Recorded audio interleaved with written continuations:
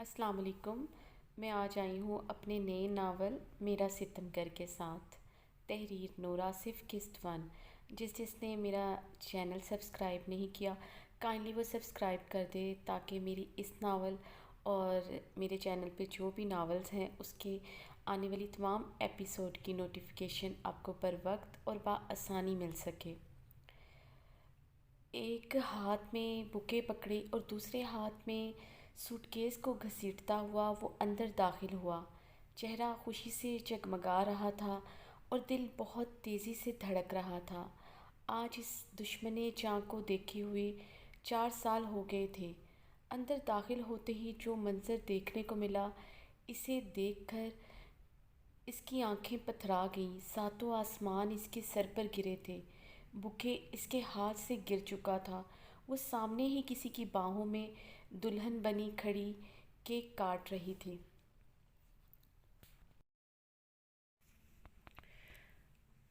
اس کے ساتھ کھڑا وہ انسان بہت محبت پاش نظروں سے اسے دیکھ رہا تھا۔ اسے لگا اس کے قدم کسی فولادی چیز نے جکڑ لیے ہوں۔ اس کو اپنا دل بند ہوتا محسوس ہوا۔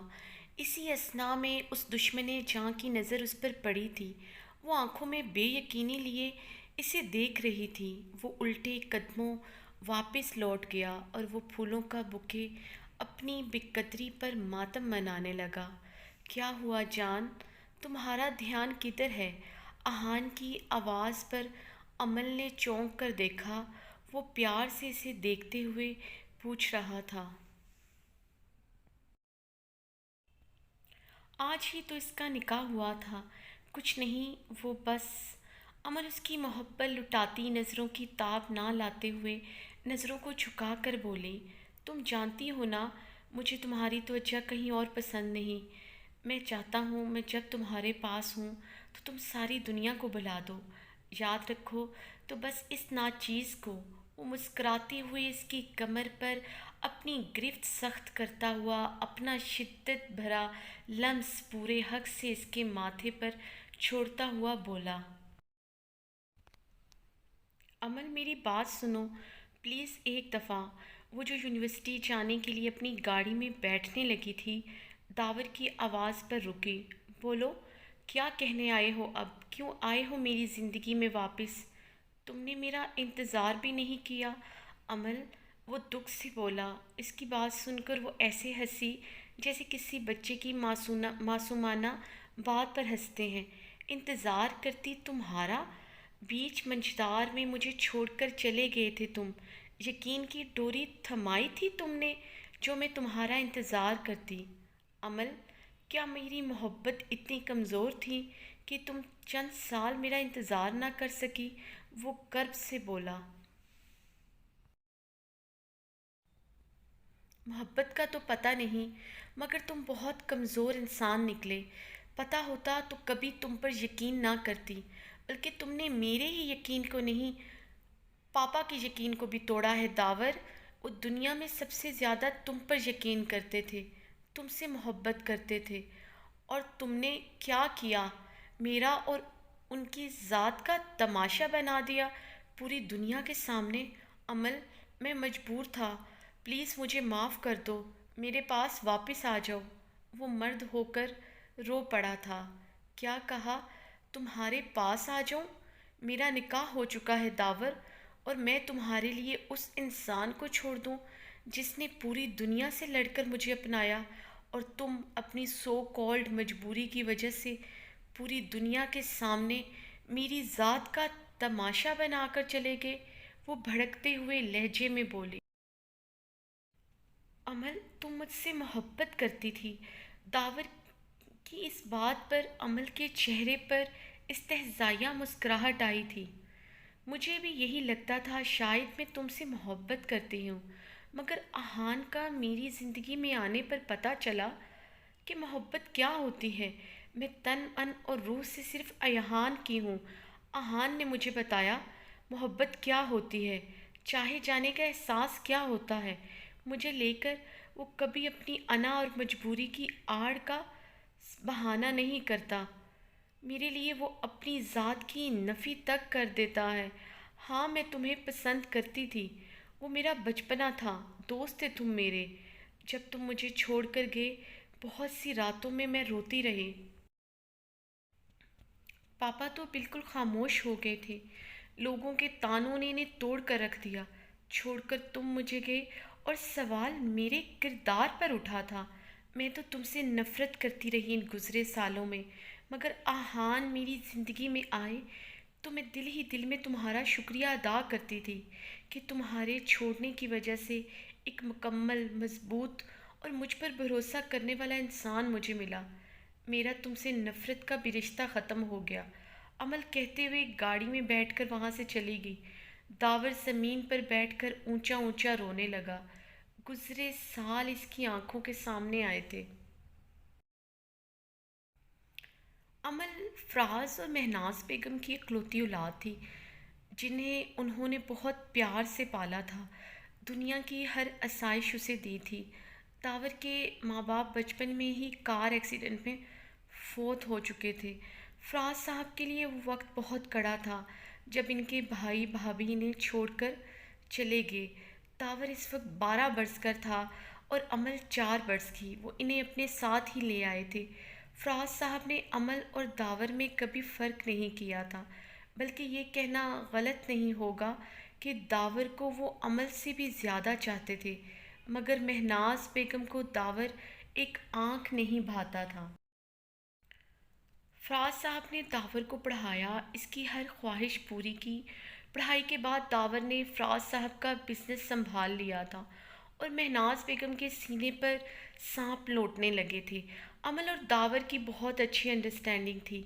داور کے آنے کے بعد عمل کی زندگی میں وہ خلا پر ہو گیا تھا جو وہ اکیلے پن کا محسوس کرتی تھی۔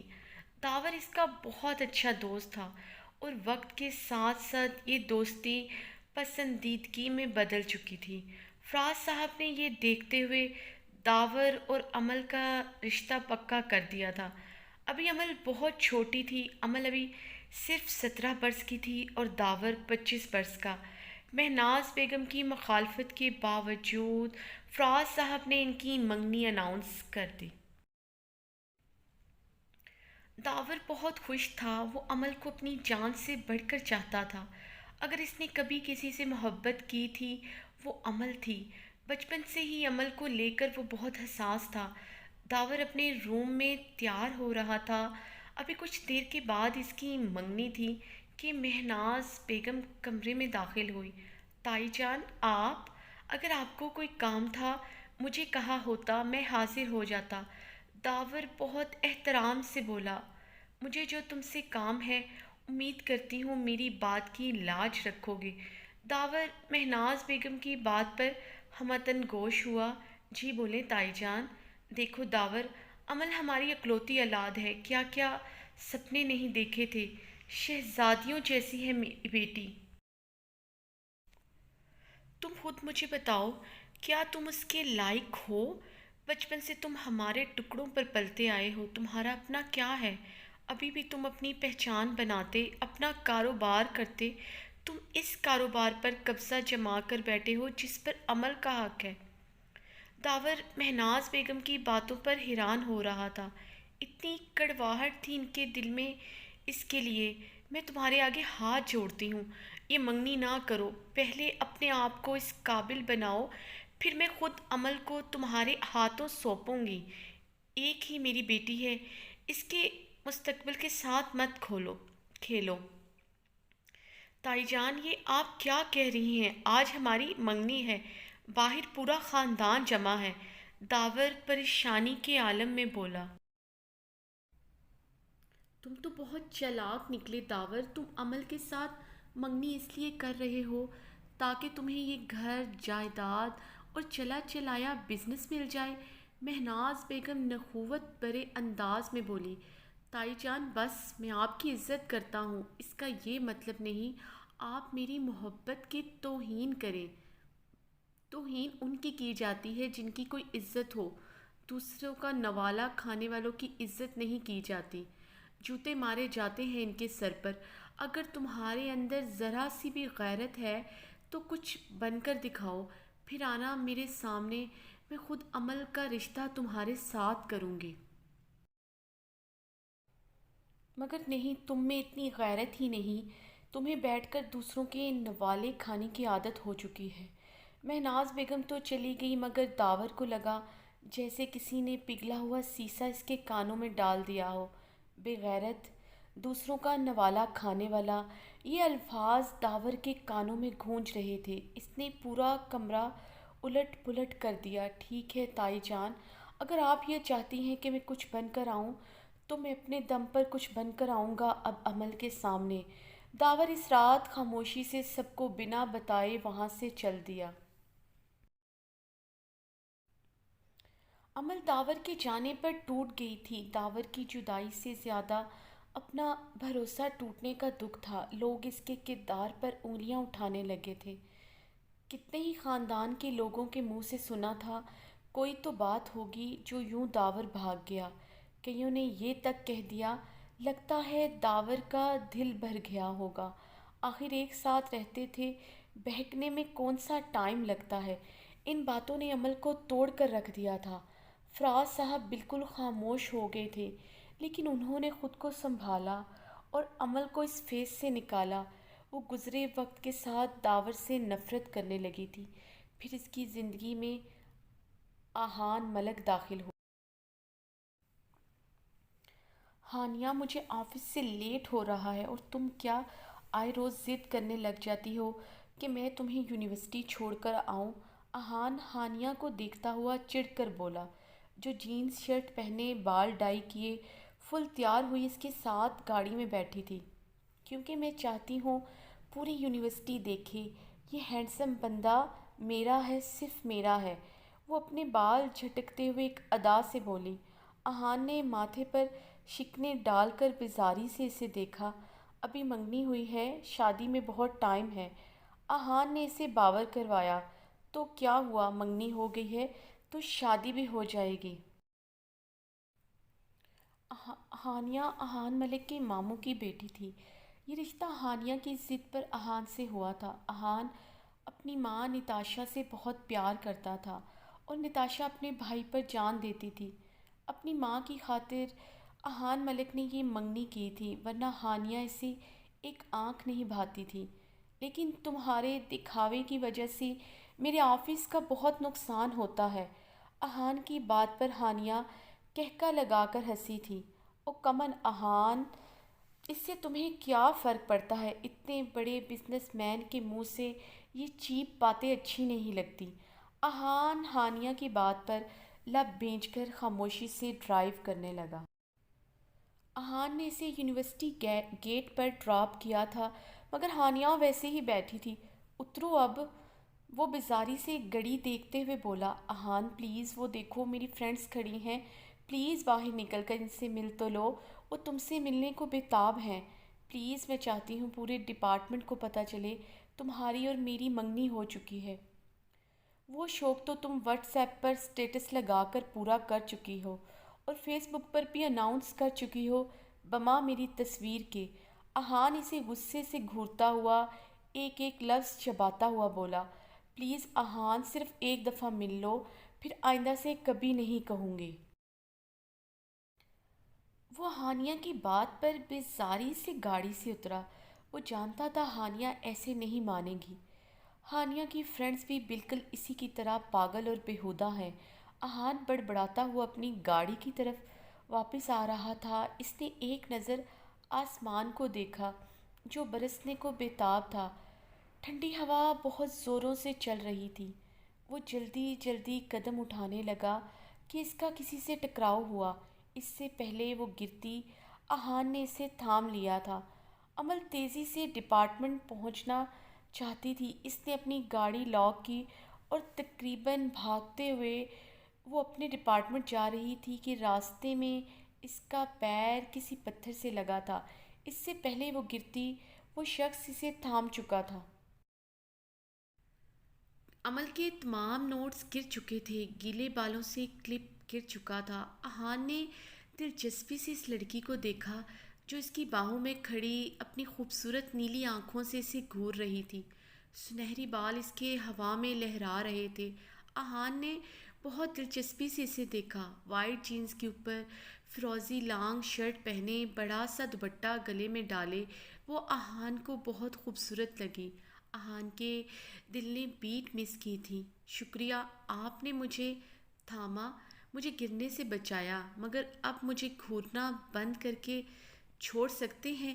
اس نے کہتے ساتھ ہی اپنا پاؤں زور سے اہان کے پاؤں پر مارا۔ اہان نے کراہتے ہوئے اسے چھوڑا تھا۔ امل غصے سے اپنے نوٹس اٹھانے لگی جو ادھر ادھر اڑ رہے تھے۔ اہان بھی نیچے جھک کر اس کے ساتھ پنجوں کے بل بیٹھ گیا۔ نوٹس کٹھے کرتے ہوئے اس کے بال بھی ہوا کے ساتھ لہرا رہے تھے، جنہیں وہ بار بار چہرے سے غصے سے ہٹا رہی تھی۔ اہان نے اس کے بالوں کو چھونے کے لیے ہاتھ بڑھایا ہی تھا کہ اس نے گھور کر دیکھا۔ کیا دیکھ رہے ہیں مجھے؟ نوٹس اٹھانے میں میری ہیلپ کریں۔ اہان نے مسکراتے ہوئے اس کے نوٹس اکٹھے کر کے اسے دیے۔ امل نے جھپٹنے کے انداز میں اپنے نوٹس اس کے ہاتھ سے لیے تھے اور اپنے ڈپارٹمنٹ کی طرف بڑھنے ہی لگی تھی کہ اہان کی آواز اسے سنائی دی۔ ویسے آپ کے ہاں تھینک یو کرنے کا رواج نہیں ہے کیا؟ اس نے غصے سے مڑ کر دیکھا۔ بالکل ہے، جس انداز میں آپ مجھے گھور رہے تھے نا، میرا دل کیا آپ کی آنکھیں نکال لوں۔ وہ غصے سے ایک ایک لفظ چباتے ہوئے بولی۔ ہائے! اہان نے دل پہ ہاتھ رکھا۔ میرا بھی یہی دل کر رہا ہے آپ کی آنکھیں اپنے پاس ہی رکھ لوں، بہت خوبصورت ہیں۔ بیہودہ انسان! امل غصے سے کہتے ہوئے اپنے ڈپارٹمنٹ کی طرف بڑھ گئی۔ بارش بہت تیزی سے برسنے لگی تھی۔ اہان کتنی ہی دیر اس بارش میں کھڑا بھیگتا رہا اور پھر مسکراتے ہوئے اپنی گاڑی کی طرف بڑھا ہی تھا، اسے ایک بریسلٹ دکھائی دیا جو یقیناً امل کا تھا۔ اہان نے مسکراتے ہوئے وہ بریسلٹ اٹھا لیا۔